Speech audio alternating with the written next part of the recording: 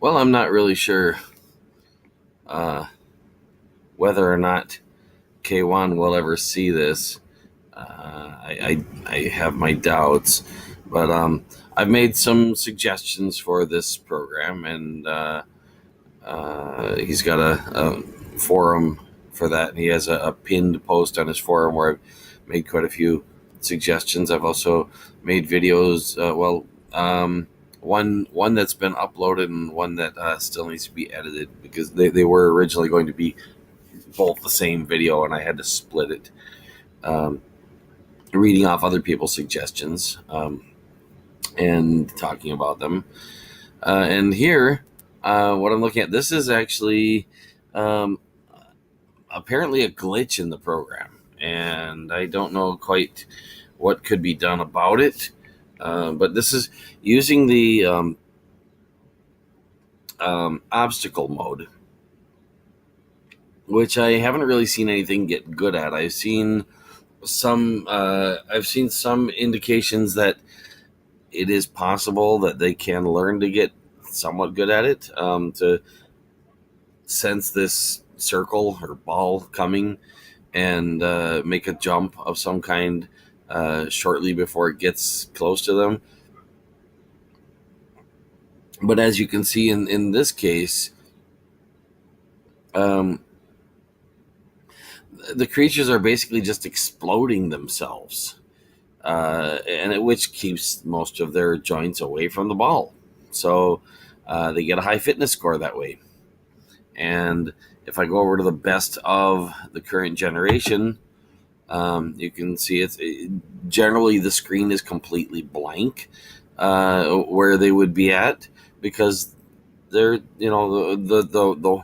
the one creature that's on there at any given time is scattered all over the place. And of course the screen, the screen area is a tiny fraction of that, of where that creature's at. So I think there really should be some test built into the program. uh, I don't know exactly how this would be done, but some way of checking to see maybe if the creature is like more than twice the size of the screen, um, or a simple test to see um, if if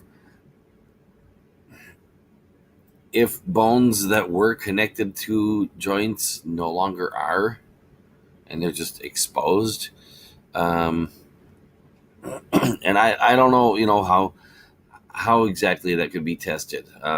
Check and see if the joint is within a certain distance of the end of the bone or whatever, and how much extra computation that would take, and how often it should be tested.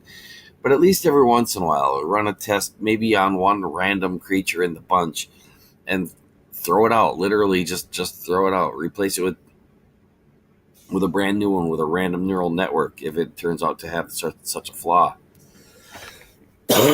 Excuse me, throat's giving me a little trouble.